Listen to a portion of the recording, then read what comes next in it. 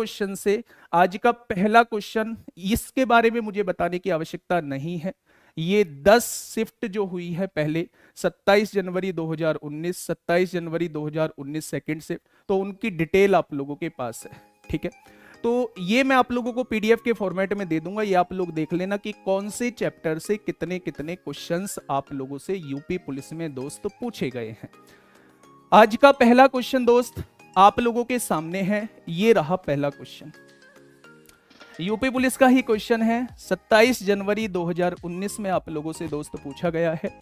पहला क्वेश्चन क्या है, आराम से क्वेश्चन को पढ़िए और आराम से क्वेश्चन को पढ़ के जवाब दीजिए कि क्या होगा इस क्वेश्चन का बिल्कुल सही जवाब। यदि एक बस किसी भी स्थान पर न रुके तो वह 1 घंटे में 45 किलोमीटर की दूरी तय कर पाती है।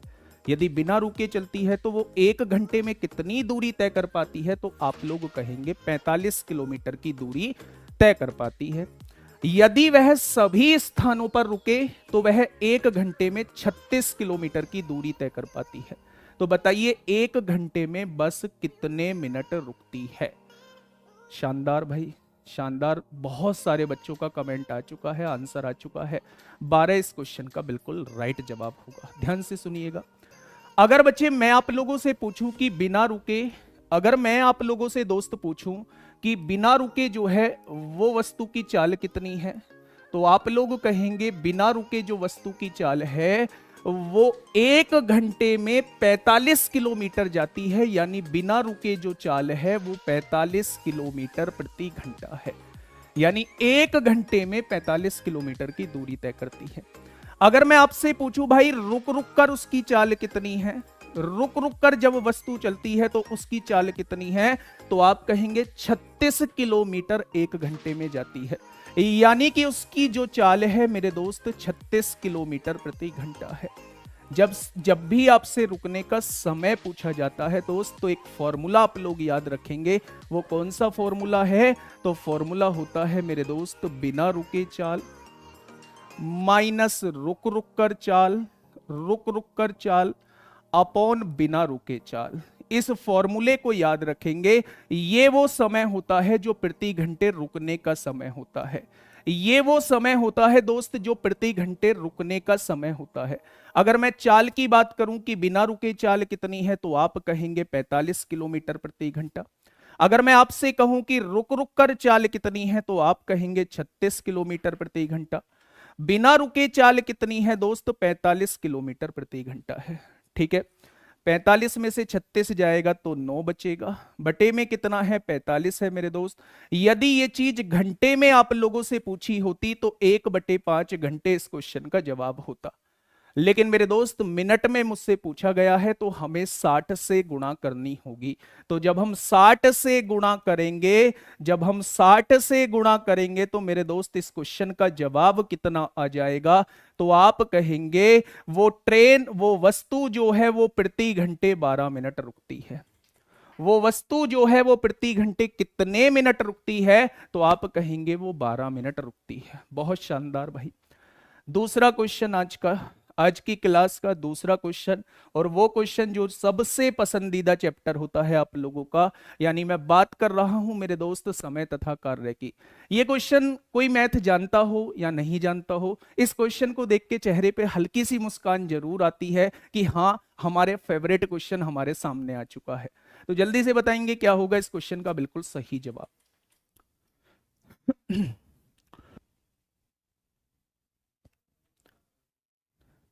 जल्दी से बताइए क्वेश्चन नंबर 2 का क्या होगा बिल्कुल सही जवाब। शानदार भाई शानदार, मतलब मुझसे तेजी से भी आप लोगों के आंसर आ रहे हैं। गजब की तैयारी है भाई आप लोगों की, गजब की तैयारी।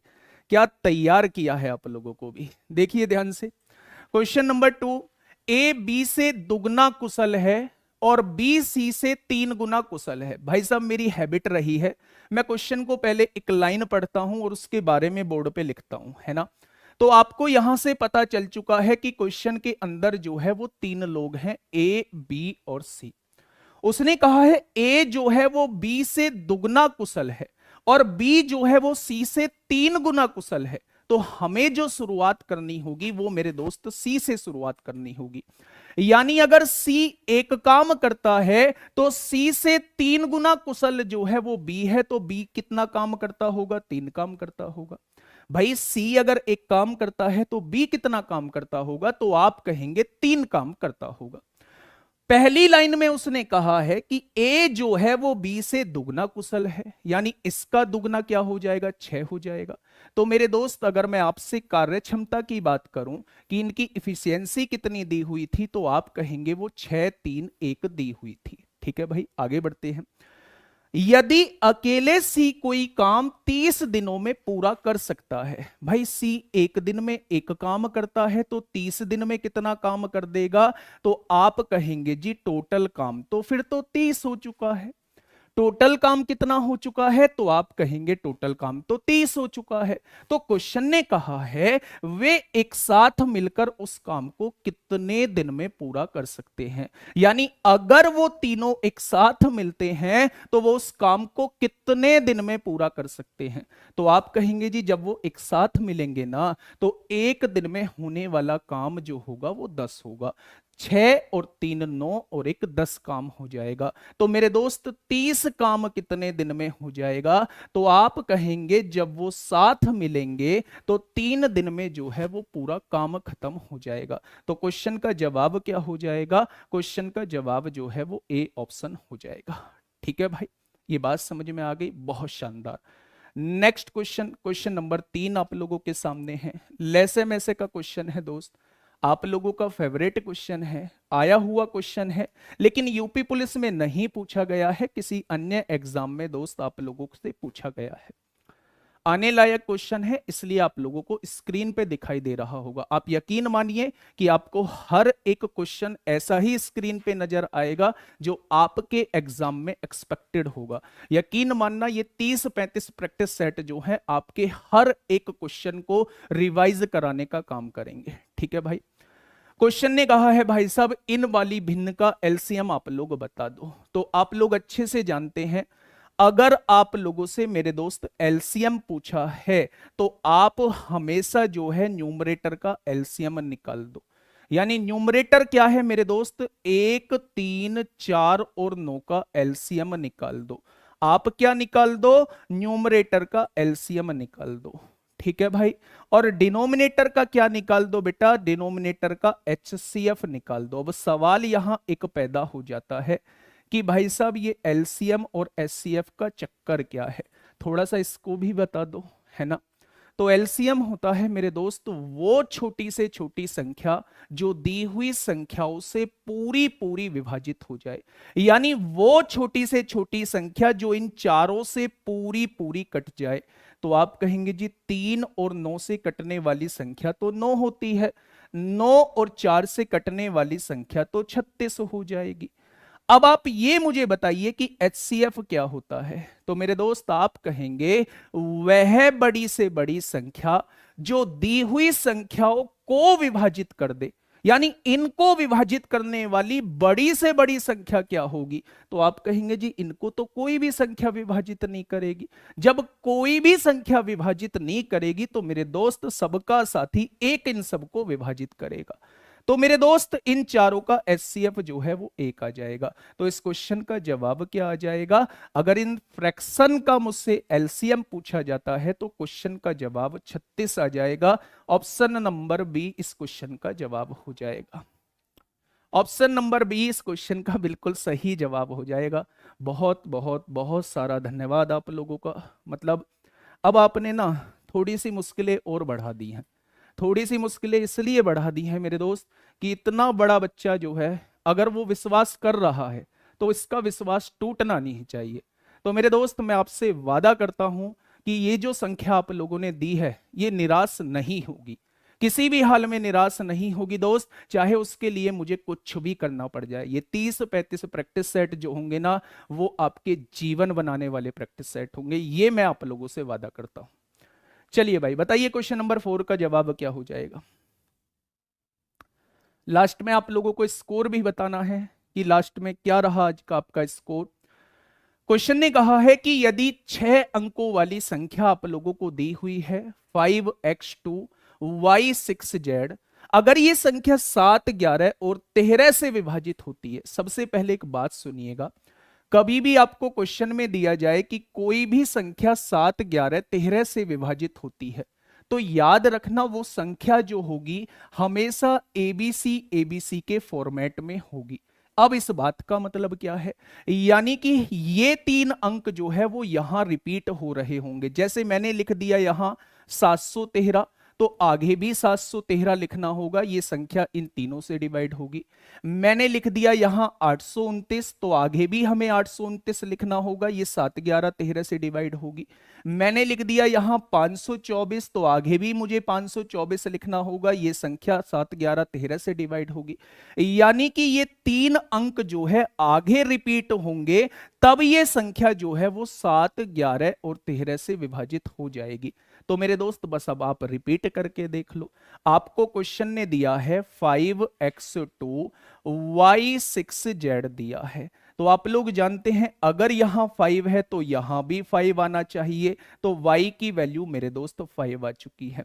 अगर यहां 6 है तो यहां भी 6 आना चाहिए, तो आप कहेंगे x की वैल्यू जो है वो 6 आ चुकी है।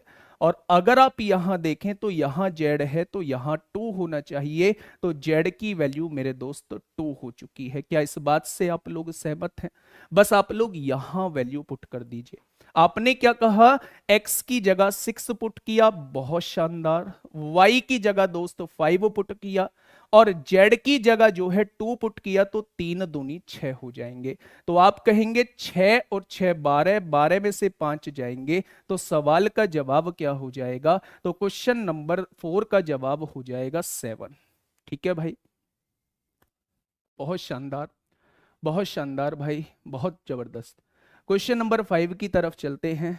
अब फिर से वो एक ऐसा क्वेश्चन जिसे देख के वास्तव में हम लोगों की हड़बड़ाहट जो है वो बढ़ जाती है। मैं बात कर रहा हूं दोस्तों समय तथा दूरी के क्वेश्चन की बात कर रहा हूं। अगर कोई भी बच्चा तैयारी के फेज में है तो आप 80% बच्चों को देखेंगे कि हाँ उन्हें समय तथा दूरी का क्वेश्चन देख के घबराहट होती है।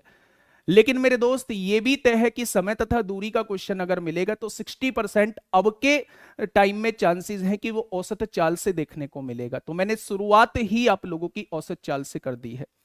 मेरे साथी, मुझसे कहा गया है कि एक अंतरिक्ष यान है, वो 2 घंटे 20 मिनट में 6625 किलोमीटर की यात्रा करता है।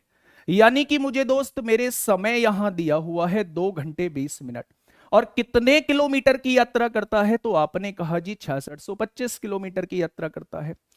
आगे कहा है इसके बाद यह 40 मिनट में 824 किलोमीटर आगे बढ़ता है।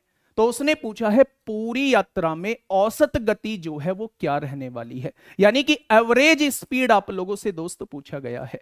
आप लोग अच्छे से जानते हैं औसत चाल क्या होती है, तो आप लोग अच्छे से जानते हैं औसत चाल का फॉर्मूला जो होता है मेरे दोस्त, वो कुल दूरी बटे कुल समय होता है।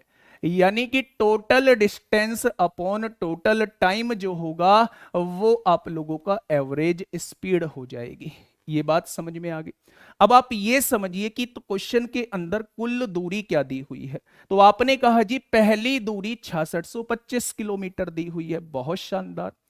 दूसरी दूरी कितनी दी हुई है दोस्त, 824 किलोमीटर दी हुई है, ये भी किलोमीटर में है।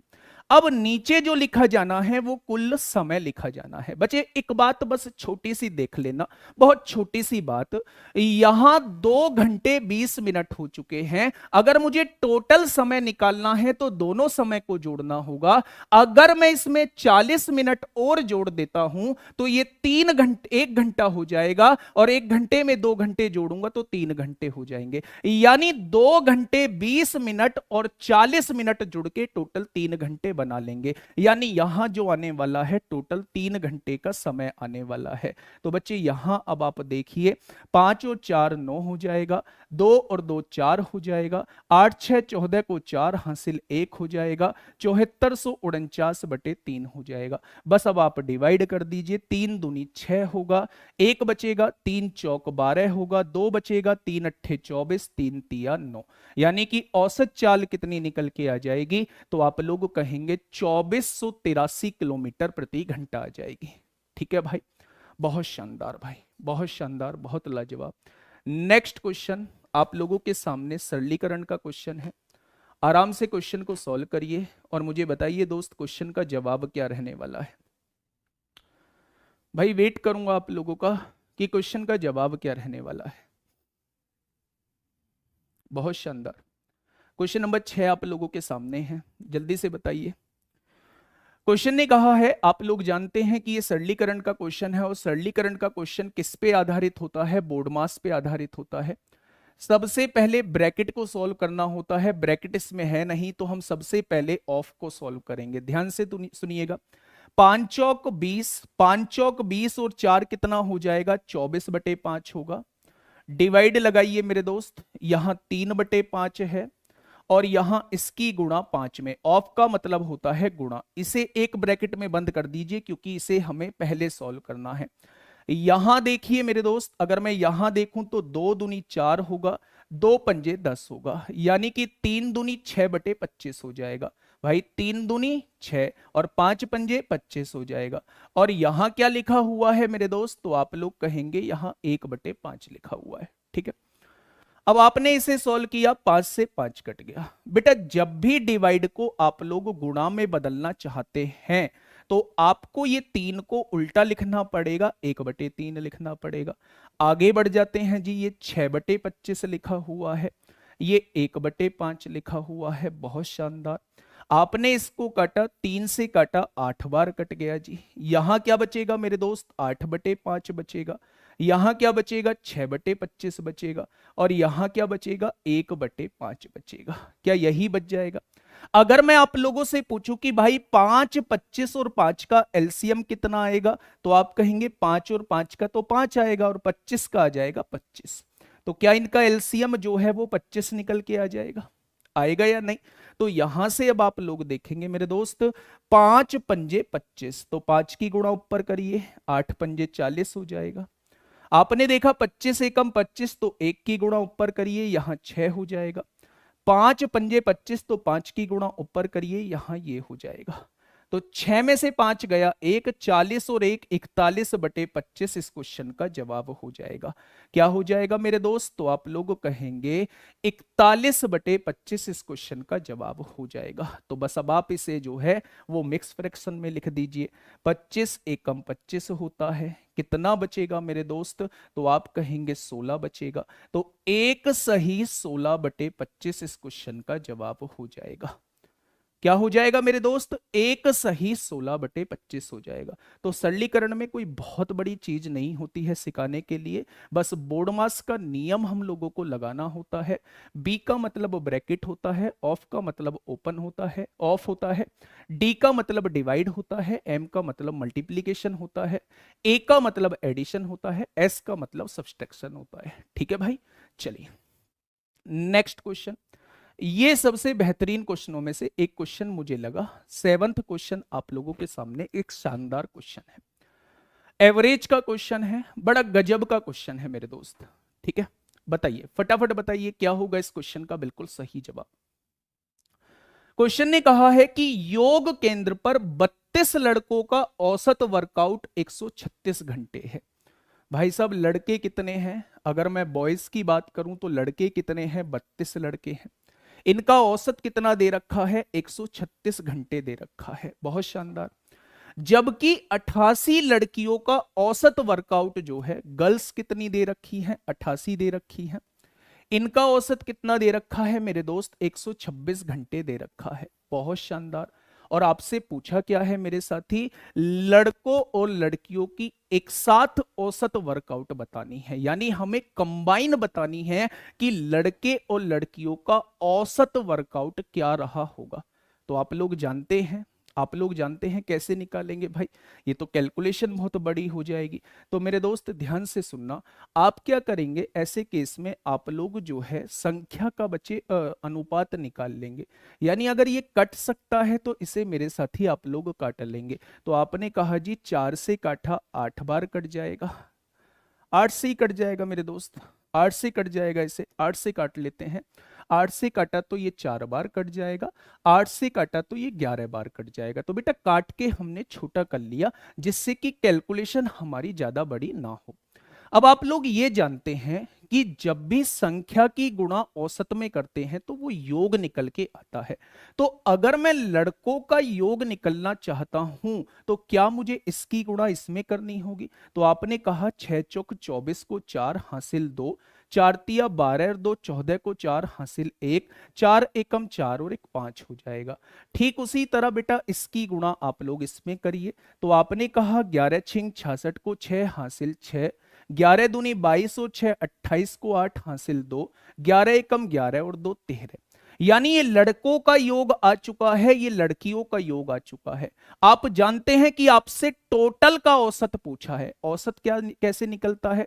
सबसे पहले हमें टोटल का योग निकालना होगा। तो टोटल का योग निकालने के लिए दोनों को जोड़िए। 6 और 4 10 को 0 हासिल 1, 8 4 12 13 को 3 हासिल 1, 13 5 18 और 1 19 हो जाएगा। और टोटल संख्या से डिवाइड कर दो भाई, लड़के और लड़कियों से डिवाइड कर दो।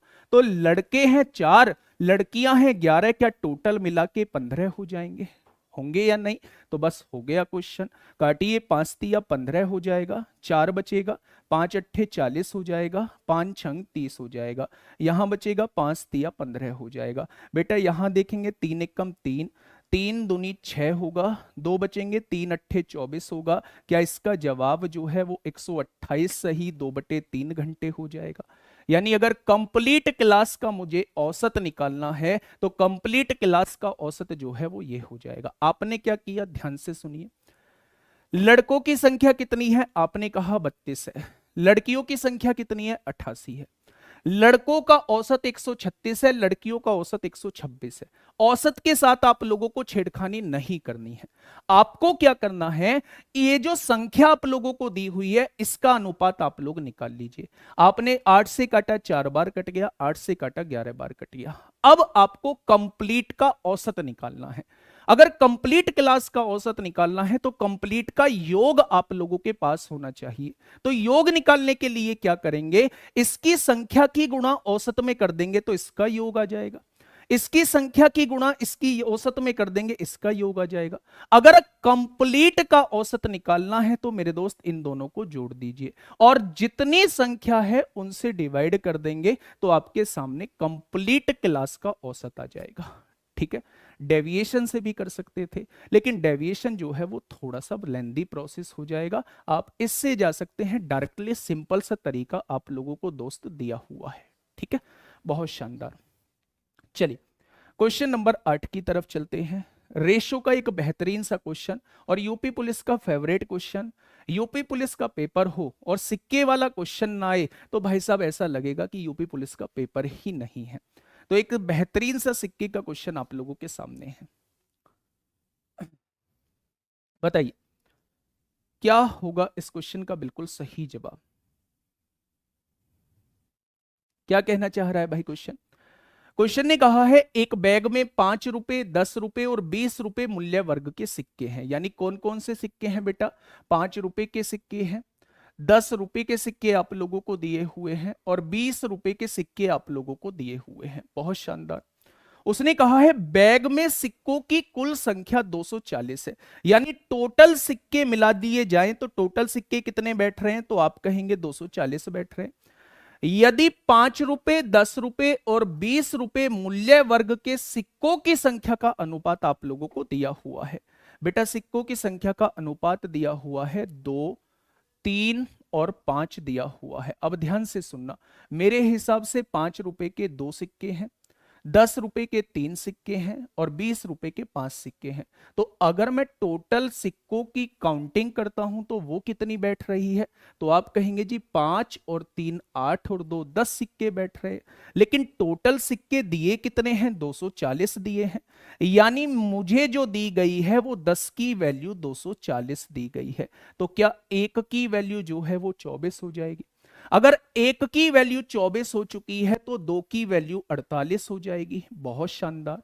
अगर एक की वैल्यू 24 है तो दोस्त 3 की वैल्यू क्या हो जाएगी? तो आप कहेंगे 72 हो जाएगी। अगर एक की वैल्यू 24 है तो 5 की वैल्यू क्या हो जाएगी? 120 हो जाएगी। यानी ये जो 240 सिक्के आप लोगों को दिए हुए हैं वो कुछ इस तरीके से दोस्त बटे हुए हैं। उसने सिक्कों की संख्या आपसे नहीं पूछी, उसने कहा है बैग में कुल कितनी धनराशि है, यानी वो आपसे टोटल अमाउंट पूछना चाह रहा है। तो मेरे दोस्त आप छोटी सी बात मुझे समझाइएगा कि अगर 5 रुपए के 48 नोट आपके पास हैं तो टोटल कितने रुपए हो गए, गुणा कर लो मेरे दोस्त। तो आप कहेंगे जी 240 रुपए हो गए। अगर 10 रुपए के 72 नोट हैं तो टोटल 720 रुपए हो गए। अगर 20 रुपए के 120 नोट हैं तो 2400 रुपए आपके यहां हो जाएंगे। 12 दूनी 24 और 2 जीरो आ जाएगा। अब उसने बेटा तीनों का टोटल आप लोगों से पूछा है, तो आप लोग क्या कहने वाले हैं, यहां 2 होगा, 4 2 6 हो जाएगा, 2 और 7 9 और 4 13 को 3 हासिल 1।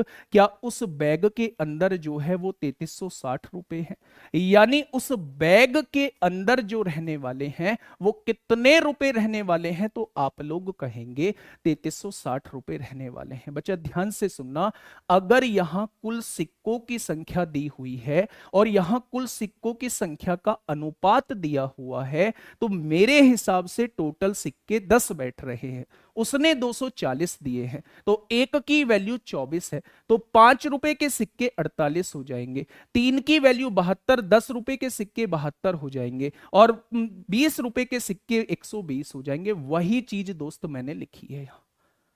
ठीक है भाई, चलिए बहुत शानदार। Next question, question number 9। Question number 9 आप लोगों के सामने है, फटाफट मुझे बताइए क्या होगा इस क्वेश्चन का बिल्कुल सही जवाब। एक एक बेहतरीन सा आयु का क्वेश्चन आप लोगों के सामने है, जल्दी से बताइए क्या होगा इस क्वेश्चन का बिल्कुल सही जवाब। बहुत शानदार, बहुत शानदार भाई। क्वेश्चन ने कहा है सुधीर और आशीष की वर्तमान आयु का अनुपात। कौन कौन लोग हैं, एक सुधीर है, एक आशीष आप लोगों को दिया हुआ है। वर्तमान में अगर पूछूं, प्रेजेंट में इनकी आयु का अनुपात आप लोगों से पूछूं, तो इनकी आयु का अनुपात जो है वो 5-7 आप लोगों को दिया हुआ है। आगे क्या कह रहा है, 12 वर्ष पहले, यानी 12 साल पहले की बात कर रहा है, यानी कि 12 साल पहले की बात कर रहा है, 12 वर्ष पहले। 12 वर्ष पहले इन दोनों का अनुपात क्या दे रखा है मेरे दोस्त, तो उनकी आयु का अनुपात जो है वो 1:2 दे रखा है। बच्चे ऐसे क्वेश्चन में क्या पूछा है वो बाद में देखेंगे। जब भी आप लोगों को दो रेशो दिए हों, वर्तमान का रेशो आप लोगों को दिया हुआ है, कुछ साल पहले या कुछ साल बाद का रेशो दिया हो, तो हमेशा उन दोनों का डिफरेंस समान होना चाहिए। तो डिफरेंस समान करने के लिए आप क्या करेंगे, इन दोनों का डिफरेंस कितना है, तो आप कहेंगे 2 का डिफरेंस है। इन दोनों का डिफरेंस कितना है, तो आप कहेंगे 1 का डिफरेंस है। इस डिफरेंस की तो इसमें गुणा कर दीजिए, तो 1 की गुणा करेंगे तो ये तो बदलेगा नहीं, और उस डिफरेंस की इसमें गुणा कर दीजिए, तो जब उस डिफरेंस की यहां गुणा करेंगे तो मेरे दोस्त ये कितना हो जाएगा, ये 2 हो जाएगा, और ये कितना हो जाएगा, 4 हो जाएगा। हो गया। अगर मैं आप लोगों से छोटी सी बात पूछूं कि यहां वर्तमान में उम्र 5 है और यहां 2 रह गई तो कितनी कम हो गई, तो आप कहेंगे 3 कम हो गई। यहां वर्तमान में 7 है, ये 4 रह गई तो कितनी कम हो गई, तो आप कहेंगे 3 कम हो गई। यानी मेरे हिसाब से 3 साल पहले की बात हो रही है, लेकिन बात कितने साल पहले की हो रही है, तो आप कहेंगे 12 साल पहले की बात हो रही है। तो 3 की वैल्यू 12 है, तो 1 की वैल्यू कितनी हो जाएगी, तो आप कहेंगे 4 हो जाएगी। अगर 1 की वैल्यू 4 है तो 5 की वैल्यू कितनी हो जाएगी, सुधीर जो है वर्तमान में 20 साल का है। 1 की वैल्यू 4 है तो 7 की वैल्यू कितनी हो जाएगी, आशीष जो है वर्तमान में 28 साल का है। अब क्वेश्चन ने आपसे पूछा क्या है मेरे दोस्त, 5 वर्ष बाद सुधीर की आयु क्या होगी, तो 5 वर्ष बाद बेटा इसमें 5 साल जोड़ दो, 20 में 5 जोड़ोगे तो सुधीर महोदय कितने के हो जाएंगे, तो आप लोग कहने वाले हैं 25 साल के। बस एक कॉन्सेप्ट ये था कि इसके डिफरेंस की नीचे गुणा हो जाएगी और इसके डिफरेंस की ऊपर गुणा हो जाएगी, इससे अलग क्वेश्चन में कुछ नहीं बचा है। ऐसा किया क्यों है, इस डिफरेंस को बराबर करने के लिए किया है। ठीक है भाई, चलिए बहुत शानदार भाई। क्वेश्चन नंबर 10 बताइए भाई, टोटल 20 क्वेश्चन है, क्वेश्चन नंबर 10 आप लोगों के सामने है, स्कोर बता के जाना। और ये एग्जैक्ट पेपर है, चाहे आपको हार्ड लगे चाहे आपको आसान लगे, ये एग्जैक्ट पेपर आप लोगों के सामने है दोस्त। ऐसा ही पेपर आप लोगों को दोस्त मिलने वाला है, बिल्कुल हूबहू पेपर मिलने वाला है।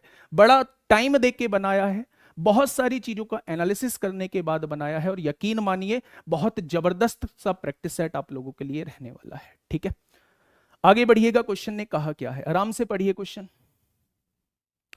क्वेश्चन ने कहा है ए और बी के वेतनों का योगफल जो है वो 43,000 है, यानी दोनों को मिला के कितना कमा रहे हैं, तो आप कहेंगे 43,000 कमा रहे हैं। ए अपने वेतन का कितना खर्च कर देता है, तो आप कहेंगे 95% खर्च कर देता है। बी अपने वेतन का कितना खर्च कर देता है, 80% खर्च कर देता है।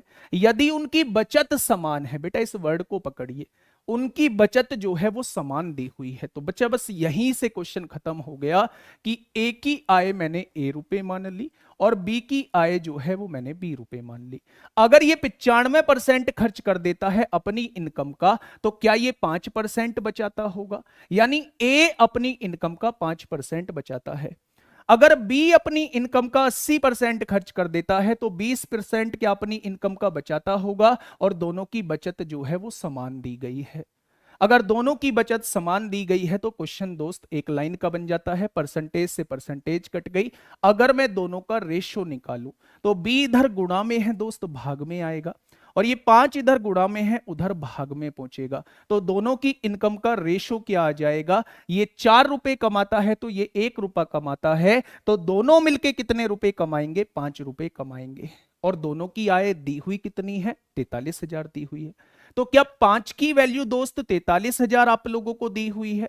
तो अगर मैं 1 की वैल्यू आप लोगों से पूछूं तो आप कहेंगे 5 अट्ठे 40 हो जाएगा, 5 छंग 30, क्या 1 की वैल्यू जो है वो 8600 हो जाएगी, क्या 1 की वैल्यू जो है वो 8600 हो जाएगी मेरे दोस्त। और क्वेश्चन ने कहा है ए का वेतन कितना होगा, तो वो आपसे 4 पार्ट की वैल्यू पूछना चाह रहा है। अगर 1 की वैल्यू 8600 है तो 4 पार्ट की वैल्यू कितनी हो जाएगी, तो आप लोग कहने वाले हैं 6 चौक 24 को 4 हासिल 2, 8 चौक 32 और 2 34 हो जाएगा। तो ए की इनकम जो है वो 34,400 हो जाएगी।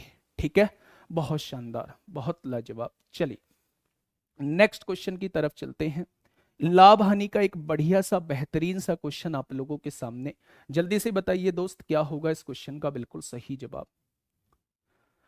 क्वेश्चन नंबर 11 क्या कहा है भाई, अनिल ने एक वस्तु को 15% की हानि पर बेचा, यानी घाटा खा लिया भाई साहब, कितने परसेंट का, 15% का घाटा खा लिया। अब उसने कहा यदि उसने इसे 84 रुपए अधिक में बेचा होता, यानी पहले से 84 रुपए अधिक में बेच लेता, तो उसे 13% का लाभ हो जाता। भाई साहब क्या चेंज हुआ है, आपने देखा कि पहले 15% घाटा हो रहा था। थोड़ी देर के लिए समझिए, पहले मैं यहां से लेके यहां तक का क्वेश्चन आप लोगों को समझा देता हूं। पहले ध्यान से समझिए कि भाई साहब मैंने कोई वस्तु ना 100 रुपए की खरीदी है, बहुत डिटेल में समझिए, बहुत प्यार से।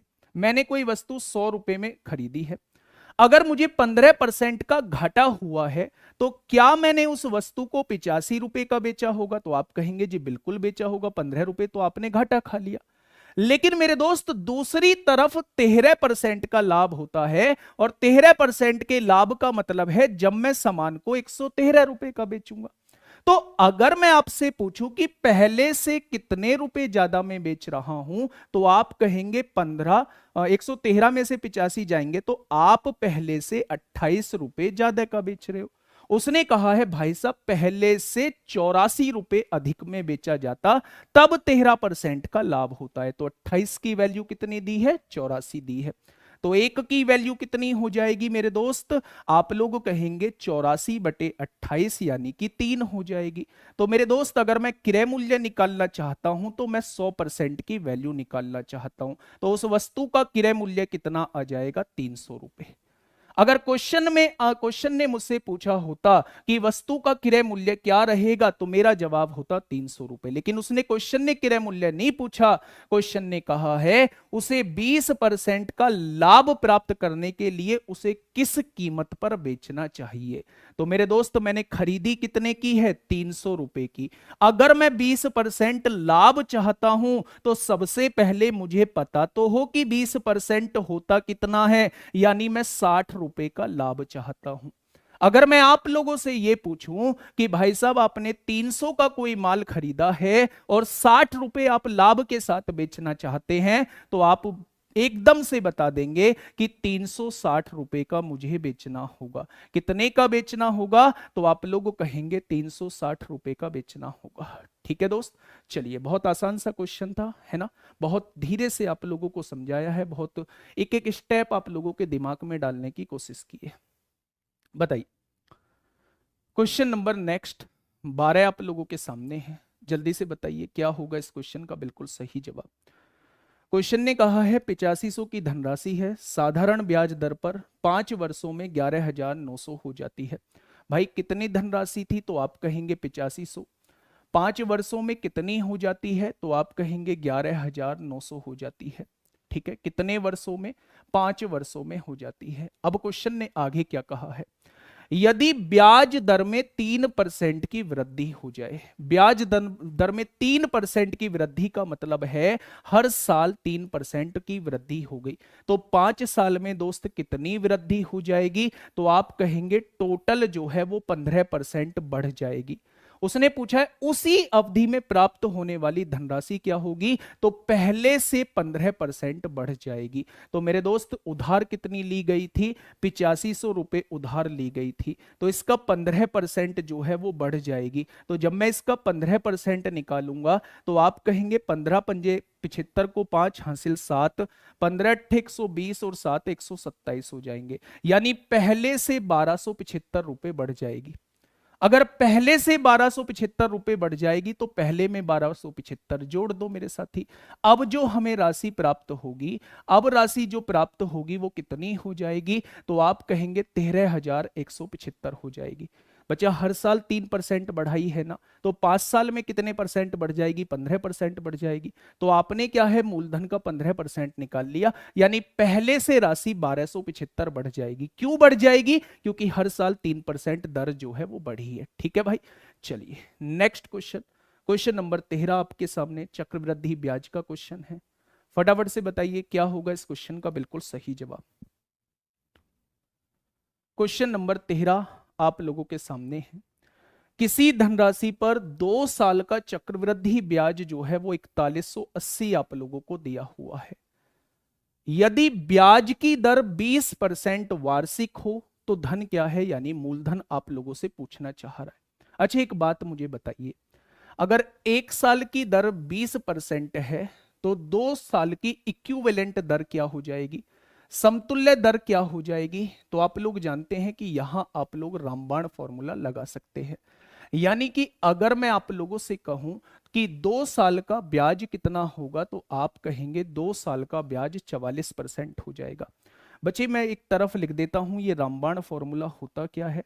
जब 1 साल की दर आप लोगों को दी हुई है और आपको 2 साल की इक्विवेलेंट दर निकालनी है, तो आप लोग इसमें वैल्यू को पुट कर सकते हैं। पहली साल 20%, दूसरी साल 20%, 20 गुणा 20/100, यानी 2 साल में जो ब्याज लगेगा वो मेरे दोस्त 44% ब्याज लगने वाला है। उसने कितना दिया है, 4180 रुपए आप लोगों को दिया है। तो अगर 44% की वैल्यू ये दी है, तो 1% की वैल्यू कितनी हो जाएगी, तो आप लोगों कहने वाले हैं 4180/44 हो जाएगी। तो बच्चे, आपसे पूछा क्या है, आपसे धनराशि पूछी है, और जब भी आपसे क्वेश्चन में धनराशि पूछी जाए तो वो आपसे 100% की वैल्यू पूछना चाह रहा है। कितने की वैल्यू पूछना चाह रहा है, तो आप लोग कहेंगे 100% की वैल्यू पूछना चाह रहा है। तो बच्चा, काटा पीटी मचाओ, 11 से काटेंगे, 11 तिया 33, 11 अट्ठे 88, 0 हो जाएगा, 11 चौक 44 हो जाएगा, 4 नाम 36 होगा, 4 पंजे 20 होगा, 95 की गुणा 100 में करेंगे तो मूलधन कितना आ जाएगा, 9500 आ जाएगा। ऐसे क्वेश्चन ऐसे क्वेश्चन अगर आपने कर लिए तो यकीन मानना कि मैथ की तरफ से निराश नहीं रहोगे, मैथ एकदम फर्स्ट क्लास जाएगा। और ये भी आप लोग समझ लीजिए कि मैथ पे बहुत सारे बच्चों की निगाह टिकी हुई है, बहुत सारे बच्चों से मैथ बनता ही नहीं है। तो अगर आप मैथ बना पा रहे हैं, मैथ के साथ थोड़ी सी मेहनत कर पा रहे हैं, तो ये समझ लीजिए कि सिलेक्शन के चांसेस जो है उतने ही बढ़ गए हैं। तो मैथ पे थोड़ा सा मेरे दोस्त ध्यान देना होगा आप लोगों को, ठीक है। चलिए, 2 साल के क्वेश्चन में सक्सेसिव से बेस्ट मेथड हो ही नहीं सकता। मैं रेशो से भी कर सकता था, लेकिन मुझे लगता है कि सक्सेसिव इसका बेस्ट मेथड होता है, ठीक है।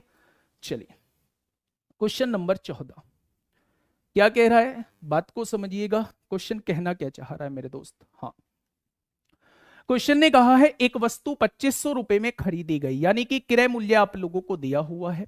दुकानदार इसकी अंकित कीमत पर 12% की छूट देता है और फिर भी 10% का लाभ प्राप्त करता है। बच्चे, जब भी क्वेश्चन के अंदर आपको छूट प्रतिशत दिया हुआ हो और जब भी क्वेश्चन के अंदर लाभ प्रतिशत दिया हुआ हो, तो सीपी और एमपी का रेशो निकालने का एक तरीका मैं आप लोगों को बता देता हूं। सीपी मतलब क्रय मूल्य, क्रय मूल्य मतलब 100 में से छूट प्रतिशत घटा देना। एमपी मतलब मार्क्ड प्राइस, मार्क्ड प्राइस मतलब अंकित मूल्य, अंकित मूल्य होता है 100 में लाभ प्रतिशत जोड़ देना। ये होता है दोनों में रेशो। जब भी क्वेश्चन के अंदर छूट दी हुई हो, जब भी क्वेश्चन के अंदर लाभ दिया हुआ हो, तो आप दोनों का रेशो निकालने का तरीका ये होता है कि 100 में से छूट प्रतिशत घटाइए। बेटा, छूट कितनी है, 12 की है, 100 में से 12 गया तो कितना बचेगा, 88 बचेगा। लाभ कितना है, 10 का है, 100 में 10 जोड़ा तो 110 हो जाएगा। तो मैं आपसे कहूं कि सीपी और एमपी में क्या रिलेशन रेशो रहने वाला है, तो आप कहेंगे 22 चौक 88, 22 पंजे 110 रहने वाला है। यानी कि क्रय मूल्य जो है वो 4 हो जाएगा और अंकित मूल्य जो है वो 5 हो जाएगा। उसने क्रय मूल्य कितना दिया है, 2500 दिया है, तो 4 की वैल्यू कितनी हो जाएगी मेरे दोस्त, 2500 हो जाएगी। तो 1 की वैल्यू कितनी हो जाएगी, तो आप कहने वाले हैं 1 की वैल्यू 625 हो जाएगी। होगी या नहीं। क्वेश्चन ने पूछा है वस्तु का अंकित मूल्य क्या होगा, ऊपर करना भाई। वस्तु का अंकित मूल्य, तो वो आपसे 5 की वैल्यू पूछना चाह रहा है, वो आपसे 5 की वैल्यू पूछना चाह रहा है, ठीक है। बहुत बढ़िया। तो बच्चे यहां से गुणा कर लीजिए, 5 पंजे 25 को 5 हासिल 2, 5 दूनी 10, 12 को 2 हासिल 1। आंसर क्या हो जाएगा, 3125 इस क्वेश्चन का जवाब हो जाएगा। तो जब भी क्वेश्चन के अंदर पहचान कैसे होगी, जब भी क्वेश्चन के अंदर आप लोगों को छूट दी हुई है, जब भी क्वेश्चन के अंदर आपको लाभ दिया हुआ है, तो आप हमेशा इन दोनों का रेशियो निकालेंगे, ठीक है भाई। चलिए, नेक्स्ट क्वेश्चन नंबर 15, ये यूपी पुलिस में आप लोगों से पूछा गया है। फटाफट से मुझे इसका जवाब दीजिए कि क्या होगा इस क्वेश्चन का बिल्कुल सही जवाब। समय बहुत कम है, आज शुरुआत में जो है हम लोगों का थोड़ा सा टाइम हो गया, बाकी आगे से जो है हमारे लिए सफिशियंट रहने वाला 1 घंटे का टाइम, ठीक है। क्वेश्चन ने कहा है ए बी सी ने 50,000 का कारोबार जो है वो प्रारंभ किया। बी ने सी की तुलना में 6,000 अधिक दिए तथा ए ने बी की तुलना में 2,000 अधिक दिए। यदि कुल लाभ जो है वो 10,000 का था, तो लाभ में ए का हिस्सा कितना होगा। बच्चे, लाभ जो बढ़ता है हमेशा पूंजी के अनुपात में बढ़ता है, तो सबसे पहले पूंजी का अनुपात आप लोगों के पास होना चाहिए। तो कितनी कितनी पूंजी लगाई है, एक बार थोड़ा सा मुझे बता दीजिए मेरे दोस्त। उसने कहा है टोटल जो पूंजी लगाई है वो 50,000 की पूंजी लगी है, बहुत बढ़िया बात है। बी ने सी की तुलना में 6,000 अधिक निवेश किए हैं, तो अगर सी ने एक्स किए हैं तो इसने 6,000 अधिक किया, इसने एक्स प्लस 6,000 किए हैं। अब उसने कहा है ए ने बी की तुलना में 2,000 अधिक, इससे 2,000 ज्यादा, तो इसमें 2,000 जोड़ेंगे तो इसने एक्स प्लस 8,000 किए हैं। क्या इतनी ही राशि निवेश हुई है। अगर मैं आपसे पूछूं तीनों ने मिला के कितनी राशि निवेश की है, तो आप तीनों को जोड़ेंगे, एक्स एक्स एक्स 3x हो जाएगा, और 8 और 6 कितना हो जाएगा, 14,000 हो जाएगा। और तीनों ने मिला के राशि निवेश की कितनी है मेरे दोस्त, 50,000 की है। तो यहां से 3x की वैल्यू क्या हो जाएगी, 50 माइनस 14 यानी कि 36,000 होने वाली है। तो यहां से x की वैल्यू कितनी हो जाएगी, क्या x की वैल्यू जो है वो 12,000 आप लोगों की आने वाली है। यानी कि इसने जो राशि निवेश की होगी वो 12,000 रुपए की राशि निवेश की होगी। इसने जो राशि निवेश की होगी 12 और 6 18,000 की निवेश की होगी, और इसने जो राशि निवेश की होगी 12 और 8 20,000 की निवेश की होगी। क्या इनकी राशि का अनुपात आ चुका है? बेटा जिस हिसाब से व्यापार में पैसा लगाया है आपको लाभ भी उसी हिसाब से मिलेगा। तो मेरे दोस्त ध्यान से समझना, अगर तीनों का मैं अनुपात निकालूं तो आप यहां से क्या कहने वाले हैं? आप यहां से कहने वाले हैं कि 2 ढाई 20 होगा, 2 नाम 18 होगा, 2 छिक्का 12 होगा। यानी इन तीनों को मिलने वाला लाभ जो होगा वो इस रेशो में होगा। यानी मेरे हिसाब से जो लाभ बटा 10 और 9 19 और 6 25 रुपए लाभ बटा, और तीनों को बटने वाला लाभ कितना है बेटा? वो 10,000 आप लोगों को दिया हुआ है। तो एक पार्ट की वैल्यू कितनी हो जाएगी? 400 हो जाएगी। तो क्वेश्चन ने पूछा है ए को कितना लाभ मिला, यानी वो 10 पार्ट की वैल्यू आपसे पूछना चाह रहा है। अगर 1 बराबर 400 तो 10 बराबर कितना हो जाएगा? तो आप कहने वाले हैं 4000 इस क्वेश्चन का जवाब हो जाएगा। कितना हो जाएगा मेरे दोस्त? तो ए को मिलने वाला लाभ जो होगा वो 4000 होगा। यानी कि क्वेश्चन में अगर आपने पूंजी का अनुपात निकाल लिया तो जिस हिसाब से इन्होंने पूंजी लगाई है उसी हिसाब से इन्हों को लाभ मिल रहा होगा। ठीक है, चलिए क्वेश्चन नंबर 16 बताइए भाई, क्या होगा इस क्वेश्चन का बिल्कुल सही जवाब? क्वेश्चन नंबर 16 आप लोगों के सामने है।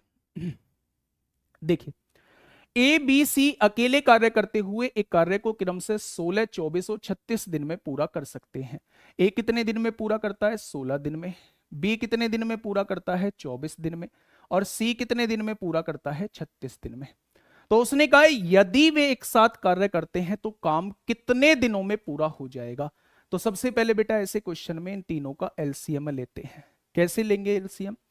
सबसे पहले एलसीएम लेने का तरीका बता देता हूं। इन तीनों में आपको कुछ कॉमन नजर आ रहा है तो आप कहेंगे 4 सब में से कॉमन आ जाएगा। यहां क्या बचेगा? 4 बचेगा। यहां क्या बचेगा? 6 बचेगा। और यहां क्या बचेगा? 4 नाम 36। आप मुझे ये बताइए इन तीनों का एलसीएम क्या हो जाएगा? यानी वो छोटी से छोटी संख्या जो इन तीनों से कट जाए, तो ये तो छोटी सी वैल्यू है तो आप कहेंगे 36 हो जाएगा, और 36 चौक 144 हो जाएगा। यानी इन तीनों से कटने वाली संख्या 144 हो जाएगी। तो अब आप समझिए 144 काम 16 दिन में तो एक दिन में 9 काम होगा। 144 काम 24 दिन में तो एक दिन में 6 काम हो जाएगा। 144 काम 36 दिन में तो एक दिन में 4 काम हो जाएगा। ठीक है, उसने कहा है अगर ये तीनों मिल जाते हैं तो काम कितने दिनों में खत्म हो जाएगा? तो मेरे दोस्त अगर तीनों मिलेंगे तो एक दिन में होने वाला काम जो होगा वो 19 हो जाएगा। तो हमें कितना काम करना है? हमें टोटल 144 काम करना है। तो एक दिन में 19 काम है, 19 से डिवाइड कर दीजिए। 19 सत्ते 133 होते हैं। यहां कितना बचेगा? 11 बच जाएगा। यानी कि पूरा काम जो है वो 7 सही 11 बटे 19 दिन में खत्म हो जाएगा। ऑप्शन नंबर कौन सा होगा? ऑप्शन नंबर ए इस क्वेश्चन का जवाब हो जाएगा। ठीक है भाई, चलिए क्वेश्चन नंबर 17 मेंसुरेशन का क्वेश्चन है, फॉर्मूला बेस्ड क्वेश्चन है। अगर फॉर्मूला आप लोगों को पता है तो मात्र 5 सेकंड का क्वेश्चन है। क्वेश्चन को एक बार पढ़िएगा, क्वेश्चन को एक बार पढ़िएगा। क्वेश्चन कहना क्या चाहता है मेरे दोस्त? क्वेश्चन ने कहा है एक समलंब का क्षेत्रफल जो है वो 180 है। तो बच्चे सबसे पहले ट्रेपेजियम मुझे बताइए कि समलंब होता क्या है? क्या समलंब मेरे दोस्त ये होता है? इसका जो क्षेत्रफल दिया है वो 180 दिया है। दो समांतर भुजाएं जो हैं, छोटी भुजा ये है बच्चे, ये 12 सेंटीमीटर है। बड़ी भुजा जो दी हुई है ये 28 सेंटीमीटर आप लोगों को दी हुई है। तो आपसे पूछा है इन समांतर भुजाओं के बीच की दूरी क्या है, यानी वो आपसे ये दूरी पूछना चाह रहा है। बच्चे अगर मैं आपसे फॉर्मूले की बात करता हूं, समांतर समलंब चतुर्भुज के फॉर्मूले की बात करता हूं, तो 1/2 दोनों समांतर भुजाओं का योग, इनके बीच की दूरी से अगर आप गुणा कर देंगे तो ये क्षेत्रफल निकल के आ जाएगा। क्षेत्रफल कितना दिया है? 180 दिया है। तो क्या क्षेत्रफल के बराबर 180 को लिख देंगे? यहां से देखेंगे 1/2 दोनों समांतर भुजाओं को जोड़ेंगे, 28 और 12 40 हो जाएगा, मल्टीप्लाई h हो जाएगा, बराबर 180 हो जाएगा। 2 से काटेंगे मेरे दोस्त 20 बार कटेगा, ये गुणा में है, इधर आके भाग में हो जाएगा। तो यहां से इनके बीच की दूरी कितनी आ जाएगी, तो आप लोग कहने वाले हैं इनके बीच की दूरी जो आ जाएगी वो 9 सेंटीमीटर हो जाएगी। ऑप्शन नंबर डी इस क्वेश्चन का जवाब हो जाएगा। ऑप्शन नंबर डी इस क्वेश्चन का साथी बिल्कुल सही जवाब हो जाएगा। ठीक है भाई, चलिए क्वेश्चन नंबर 18। क्वेश्चन नंबर 18 बच्चे, एक क्वेश्चन 2D का मैंने लिया है, एक क्वेश्चन 3D का मैंने लिया है, और इसी तरीके से हम मिक्स प्रैक्टिस सेट अभी लास्ट में एक बार बता के जाऊंगा, अभी 2-3 मिनट है, अभी लास्ट में एक बार बता के जाऊंगा कि हम मिक्स प्रैक्टिस सेट हमें क्यों करना चाहिए, है ना। क्वेश्चन ने कहा है 36 सेंटीमीटर गुणा 18 सेंटीमीटर गुणा 12 सेंटीमीटर विमाओं वाले एक घनाभ को पिघलाकर 6 सेंटीमीटर भुजा के घन बनाए गए हैं। यानी कि बच्चे एक बड़ा घनाभ है, बड़ा घनाभ है, और इसे पिघलाकर छोटे छोटे घन बनाए गए हैं। क्या बनाए गए हैं, छोटे छोटे घन बनाए गए हैं। ठीक है बच्चे, एक चीज याद रखनी है आप लोगों को कि जब भी एक 3D फिगर से दूसरी 3D फिगर बनाई जाती है तो उस केस में दोनों के वॉल्यूम इक्वल होते हैं, दोनों के आयतन बराबर होते हैं। तो घनाभ का वॉल्यूम कितना होता है, L into B into H होता है।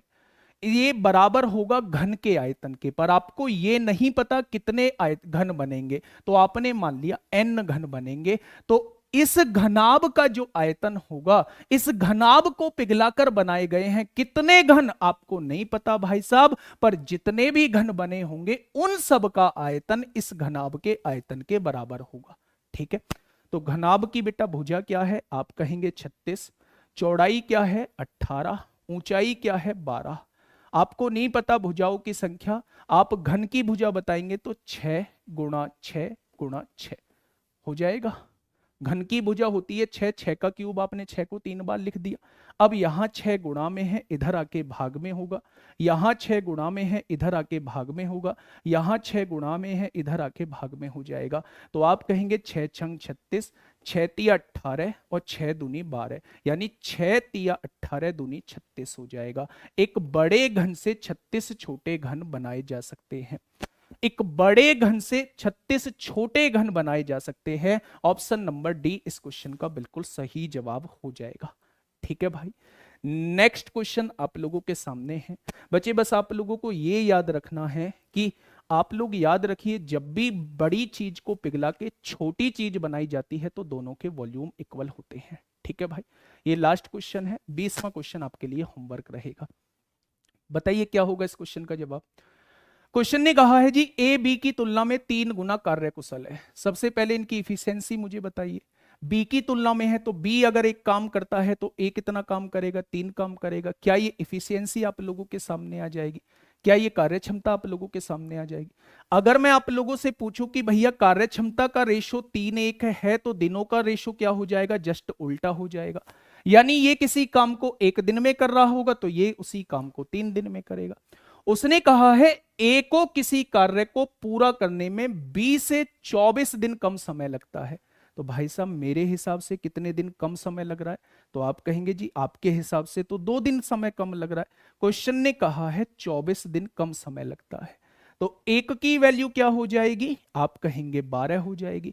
यानी 1 की वैल्यू 12, यानी इसे 12 दिन का समय लग रहा होगा, इसे जो है वो 36 दिन का समय लग रहा होगा। आ गया क्या। अब क्वेश्चन ने कहा है यदि वे एक साथ मिलकर कार्य करते हैं तो वह कार्य कितने दिनों में पूरा हो जाएगा। तो सबसे पहले बेटा टोटल काम आप लोगों को निकालना होगा।